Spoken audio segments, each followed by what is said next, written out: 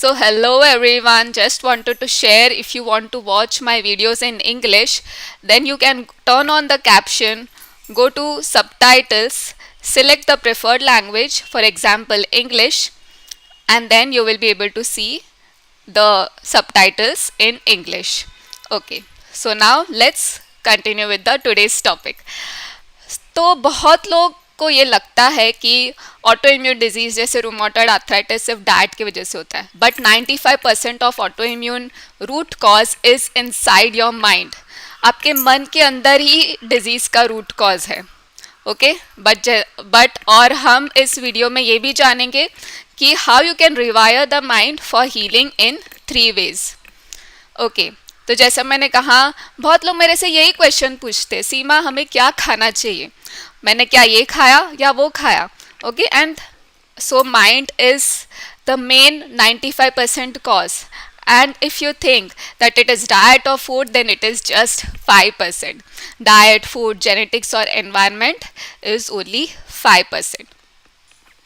And your subconscious belief, emotions and stress patterns सबसे बड़ा trigger होता है इन्फ्लेमेशन का, रूमेटॉइड आर्थराइटिस का. हम कितने सारे नकारात्मक भावनाओं को पकड़ के रखते कई कई सालों तक, और ये जो नकारात्मक विचार है, संकल्प है, ये हमारे शरीर को धीरे धीरे करके डैमेज कर रहा है. जानते हैं हम कैसे.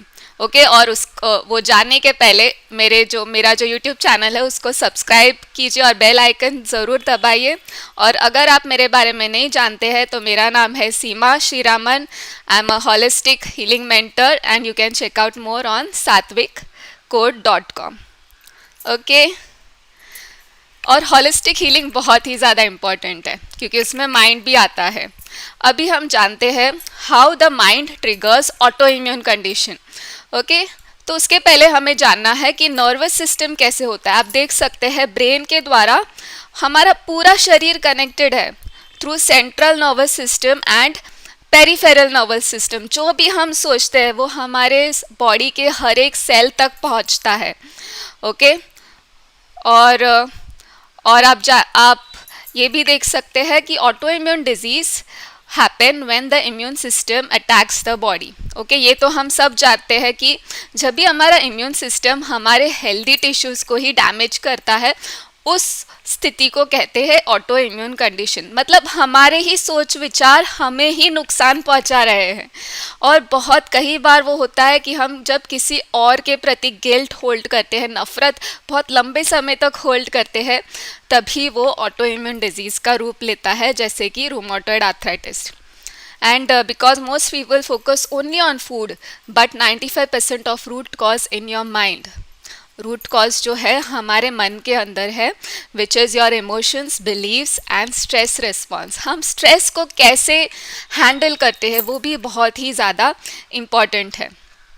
ओके, और जब हम क्रॉनिक स्ट्रेस, पास्ट ट्रॉमा और नेगेटिव थॉट्स में बहुत ही ज़्यादा उलझे हुए रहते हैं, तब हमारा नर्वस सिस्टम जो है फाइट एंड फ्लाइट मोड में चला जाता है, जिसकी वजह से क्रॉनिक इन्फ्लेमेशन होता है. और ये फाइट एंड फ्लाइट मोड क्या है? जो हमारा नर्वस सिस्टम है वो जब भी हम स्ट्रेस्ड होते हैं तो ये 2 हार्मोन रिलीज़ करता है, जैसे कॉर्टिसोल एंड एड्रेनालाइन. और ये हार्मोन की वजह से हमारा जो डाइजेस्टिव सिस्टम है वो स्लो हो जाता है. आपने नोटिस किया होगा, जब भी हम बहुत स्ट्रेस्ड होते हैं तो हमारा हार्ट बीट भी बहुत ज़्यादा बढ़ जाता है, हम पसीने छूटने लगते हैं, राइट. इतने सारे रिस्पॉन्सेस होता है, but because flight and flight mode activated होता है, जो ब्लड सर्कुलेशन है पूरे हमारे लिम्स की ओर बढ़ता है और डाइजेस्टिव सिस्टम की तरफ ब्लड सर्कुलेशन कम होता है.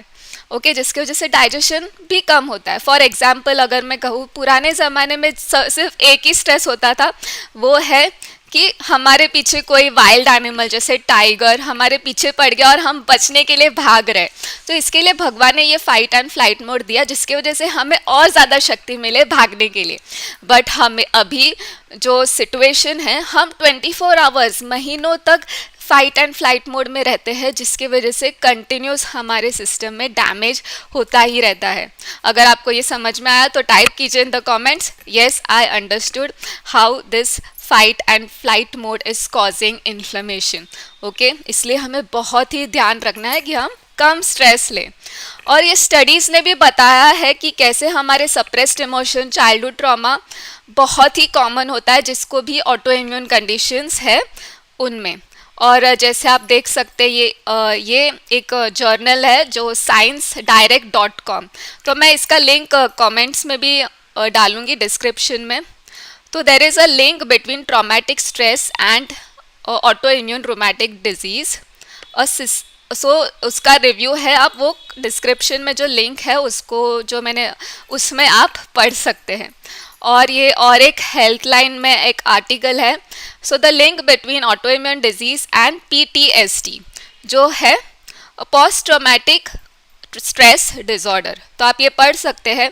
This is a psychiatric disorder affecting mood and cognition, it also has profound physical effects. Okay, जो PTSD is often accompanied by inflammation and the condition frequently occurs alongside autoimmune condition। तो आप इस पूरे article को पढ़िए जो link मैं description में दूंगी। ओके, अब हम जानते हैं how to rewire the mind for healing in 3 ways।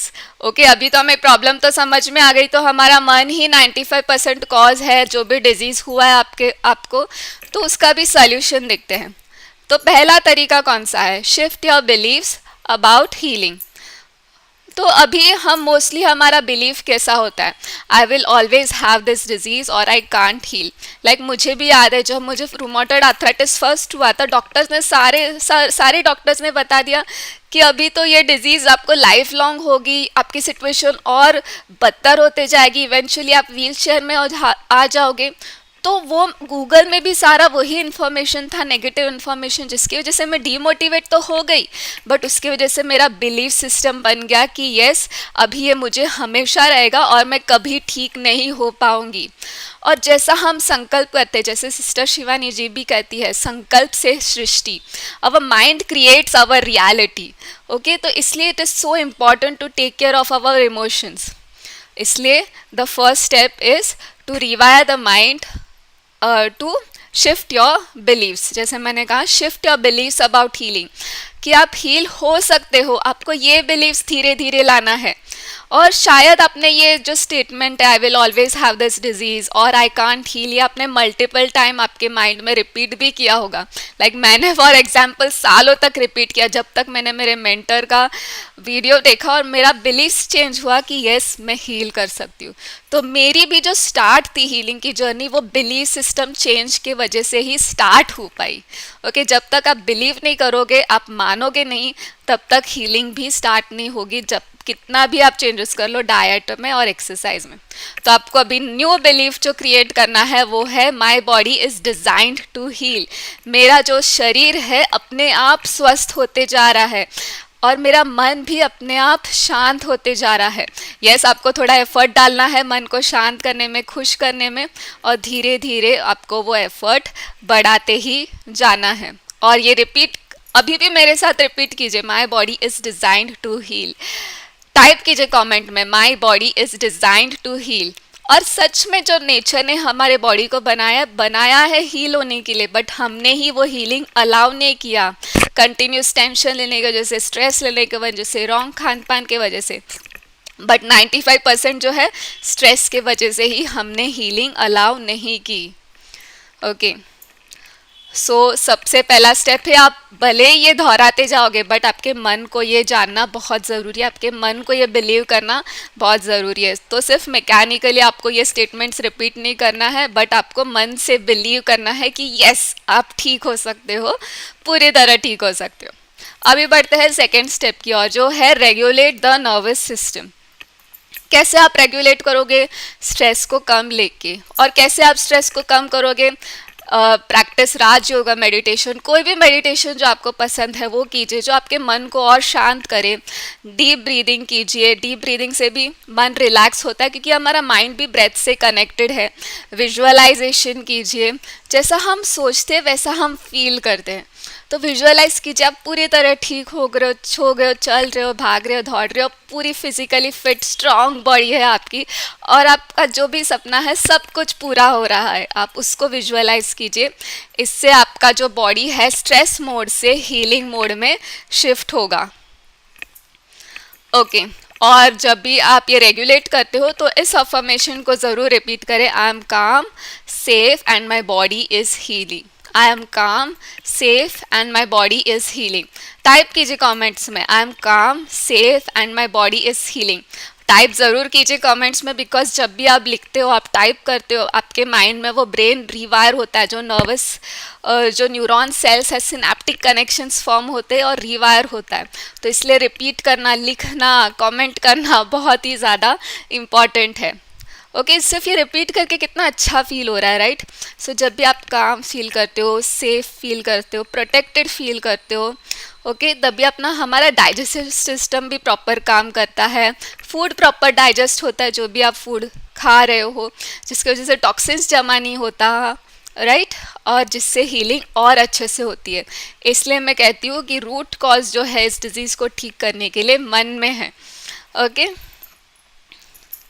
तो बिफोर हम थर्ड स्टेप पे जाए, मैं आपको हैप्पी होली विश करना चाहती हूँ। मैं आपके लाइफ में कलर्स ऑफ लव, जॉय और हैप्पीनेस एंड पीस हमेशा भरपूर है। और इस होली के मौसम में आप अगर मेरा गाइडेंस और मेंटरशिप चाहते हो, मैंने ये hope no magic healing course बनाया है, जिसमें मैंने और डिटेल में बताया है हम मन से इस डिज़ीज़ को कैसे ठीक कर सकते हैं। इसमें काफ़ी सारे लोगों का नेक पेन ठीक हुआ, नी पेन ठीक हुआ, वेस्ट पेन ठीक हुआ। अब उस सब का रिकॉर्डिंग इस कोर्स में दिया है मैंने। ओके बट ये कोर्स इंग्लिश में है, अगर आप इंग्लिश में कोर्स को समझ पाओगे तो ही आप इस कोर्स को ज़रूर खरीदिए। ओके तो होप नो जो टेक्निक है उसमें हम मेजरली 4 मैजिकल फ्रेज रिपीट करते हैं। I am sorry, please forgive me, thank you, I love you. And towards the end मैं वो वीडियो भी लिंक ज़रूर करूँगी, जिसमें आपको मेरा पूरा वर्कशॉप भी जो Day 1 है वो पूरा आप देख पाओगे, जो यूट्यूब पर है। ओके अगर आप इस कोर्स को ख़रीदना चाहते हो, दिस लिमिटेड टाइम ऑफर है, जो where you get 30% discount and the coupon code that you can apply is 30 Holi. Okay और ये लिमिटेड टाइम है, शायद ये मैक्सिमम डिस्काउंट है जो अवेलेबल है। तो और ये अवेलेबल है मेरे डाइट और होप नो कोर्स दोनों में। अगर आपने मेरा डाइट कोर्स खरीदा है बट होप नो नहीं खरीदा, तो आप इस अपॉर्चुनिटी का प्रयोग ज़रूर कर सकते हैं। Okay so the third is release emotional blocks. हमारे मन के अंदर बहुत सारे गांठें हैं। ओके जो मन में गांठें हैं वही शरीर में गांठों का रूप ले लेती है, जिसकी वजह से जॉइंट पेन होता है, कितने लोगों को कैंसर जब होता है तब ट्यूमर्स होते हैं, राइट? तो इसलिए इमोशनल ब्लॉक्स को रिलीज़ करना बहुत ही ज़्यादा ज़रूरी है। और ये क्यों ज़रूरी है? बिकॉज हमारे अनरिजॉल्व जो इमोशंस हैं वो स्टोर होते हैं हमारे बॉडी में, हमारे रिस्ट में, फिंगर्स में, नेक में। जहाँ भी स्टोर होता है वो नेगेटिव इमोशंस, जो इमोशंस आपने उसको सुलझाया नहीं है, वो हमारे बॉडी में पेन का रूप ले लेता है।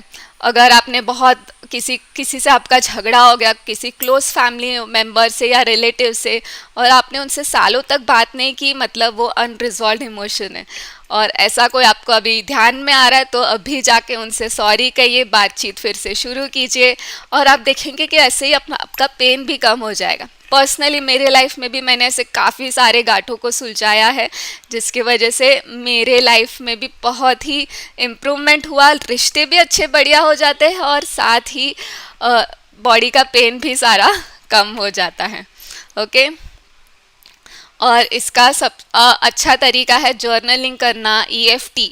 ये भी मेरे होपोनोपोनो कोर्स में बताया, मैजिक हीलिंग कोर्स में टैपिंग एंड कोच के साथ काम करना भी बहुत ही हेल्पफुल हो सकता है।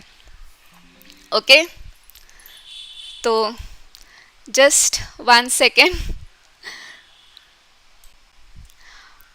और मुझे आपको ये भी क्वेश्चन आपको कमेंट्स में मुझे आंसर करना है, कौन सा इमोशंस है जो आप बहुत दिनों से पकड़े हुए? What emotions have you been holding on to for many years? Even if you are holding on to some emotions for 1 or 2 days, it can also impact your health. also leave a comment, leave a comment, let me know what did you learn from this video, आपने इस video से क्या सीखा, what belief or emotion do you think is keeping you stuck in your healing journey. And if you want more guidance on healing naturally, आप मेरे video को subscribe करना मत भूलिए, और मेरा वेबसाइट जो है satvicode.com, उसको भी ज़रूर चेक करें, लिंक डिस्क्रिप्शन में ज़रूर होगा. और finally check out the video that is shown here, उस वीडियो को ज़रूर चेक करें जिसमें मैं वो वर्कशॉप है वो लिंक करूँगी. और stay active and be happy, बच्चों की तरह. Okay, be happy, stay active, because active रहने से और खुश रहने से ही हमारे इस डिज़ीज़ का आपको सोल्यूशन ज़रूर मिलेगा और पूरी तरह डिज़ीज़ ठीक हो जाएगा. Okay then, bye bye everyone, take care, lots of love.